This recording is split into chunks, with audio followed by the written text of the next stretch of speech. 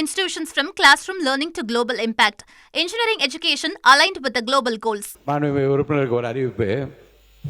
நிறைய உறுப்பினர் வந்து இன்றைக்கி வெள்ளிக்கிழமை நீங்கள் கூடிய மட்டும் 2 மணிக்கெல்லாம் சொன்னீங்களா இல்லையா? 2 மணிக்கெல்லாம் நீங்கள் சீக்கிரம் முடிக்க வேண்டும். ஏன்னா அடுத்தடுத்த தொகுதியில் பல்வேறு பணிகள் இருக்கிறது, விழாக்கள் இருக்கிறது, செல்ல வேண்டும் என்று கேட்டிருக்கின்றார்கள். இந்த எல்லா மானிய கோரிக்கைகளிலும் பேசுவதற்கும் பேசுகின்ற மாமன்ற உறுப்பினர்கள் சுருக்கமாக விளக்கமாக உங்கள் கருத்துக்களை சொல்ல வேண்டும் என்று நான் கேட்டுக்கொள்கிறேன். இப்போ மென்ஷன் பண்ணுவதற்கு முக்கியமாக மென்ஷன் பண்ண வேண்டும் விரும்புகளுக்கு சில வாய்ப்புகள் நான் தருகிறேன். என்ன வேண்டுமோ அதை மட்டும் ஒரு வரிகளில் சொல்லுமாறு கேட்டுக்கொள்கிறேன். மாண்புமிகு உறுப்பினர் கே நேரு அவர்கள்.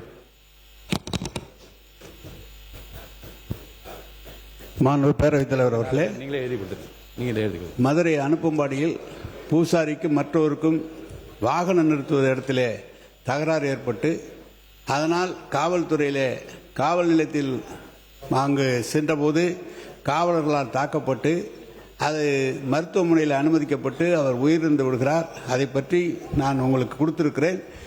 அமைச்சர்கள் பதில் தயாரானவுடன் நான் அதை கேட்டுக்கொள்வேன். இதான் மாண்பு உறுப்பினர் திருமதி லதா அவர்கள்.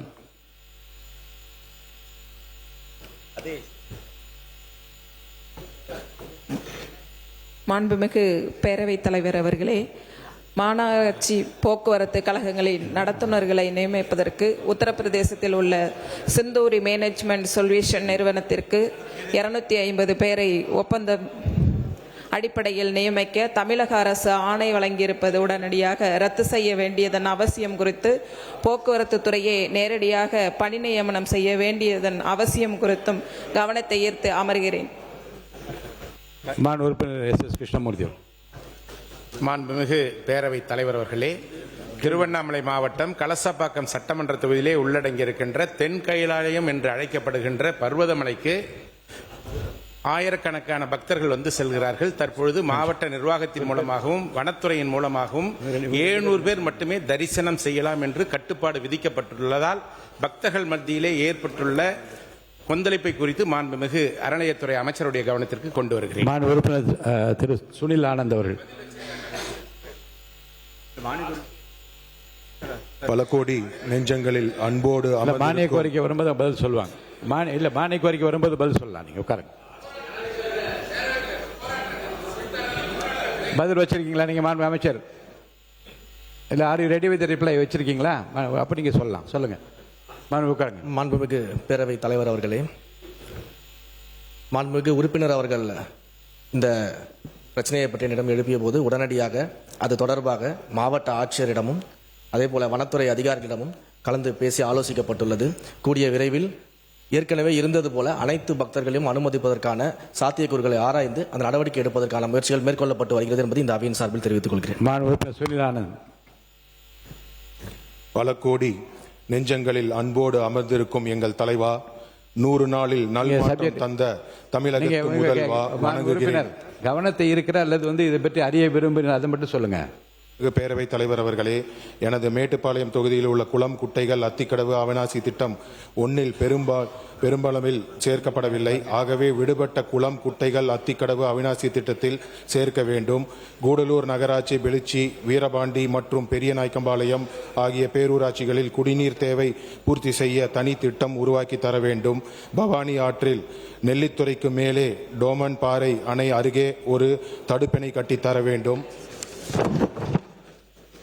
பில்லூர் அணை கடந்த 50 ஆண்டுகளாக தூர்வாரப்படாத காரணத்தினால் 65% வண்டல் மண் படிந்துள்ளது. இதனால் முழு கொள்ளளவு நீர் தேக்க முடியவில்லை. ஆகவே பில்லூர் அணையை தூர்வார வேண்டும். திருப்பூர் திருப்பூர் 2வது குடிநீர் திட்டத்தில் 27 MLD தண்ணீரை சிறுமுகையில் அடுத்துள்ள இரும்பரை, மூடுதுறை உட்பட்ட 9 ஊராட்சிகளுக்கு வழங்க வேண்டும். பேச வாய்ப்பளித்த பேரவைத் தலைவர்களுக்கு நன்றி. மாண்பு உறுப்பினர் ஹரிபாஸ்கர் அவர்கள். மாண்புமிகு பேரவைத் தலைவர் அவர்களே, ஈரோடு மாவட்டம் அந்தியூர் சட்டமன்றத்திற்கு உட்பட்ட அரக்கன்கோட்டை மற்றும் தடப்பள்ளி வாய்க்கால் மூலம் பாசனம் பெறும் விவசாய பகுதிகளில் விளையும் நெல்மணிகளை அரசு நேரடி கொள்முதல் நிலையத்தின் மூலமாக வாங்கப்படுகிறது. ஆனால் விவசாயிகளிடமிருந்து ஒரு நெல் மூட்டைக்கு ரூபாய் 35 வசூல் செய்யப்படுகிறது. அவ்வாறு விவசாயிகளிடமிருந்து வசூல் செய்யக்கூடாது என்று அன்புடன் கேட்டு அவர்கள் விவசாயிகள் மிகவும் மனவேதையுடன் இருப்பதால் அமைச்சர் அவர்கள் நடவடிக்கை எடுப்பாரா என்பதை அரசின் கவனத்தை ஈர்த்து அமர்கிறேன். ஊர்பட்டி ராமச்சந்திரன். மாண்புமிகு பேரவைத் தலைவர் அவர்களே, தேனி மாவட்டம் மேகமலை வரசநாடு பகுதியில் 3-4 தலைமுறையாக வாழ்ந்து வருகின்ற மக்களை புலிகள் காப்பகம் மற்றும் சுற்றுச்சூழலுக்கு அவர்களால் ஆபத்து ஏற்படுகிறது என்று கடந்த 19ஆம் தேதி உச்ச நீதிமன்றத்தில் 2 நீதிபதிகள் கொண்ட அமர்வில் அந்த மக்களை வெளியேற்றப்பட வேண்டும், அதே போல குடிநீர் மின்சாரத்தை துண்டிக்க வேண்டும் என்று தீர்ப்பு வழங்கப்பட்டிருக்கிறது.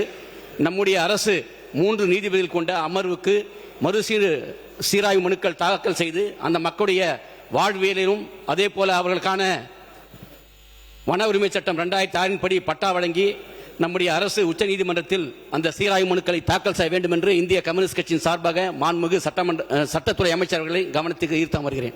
Saram institutions from classroom learning to global impact. Engineering education aligned with the global goals.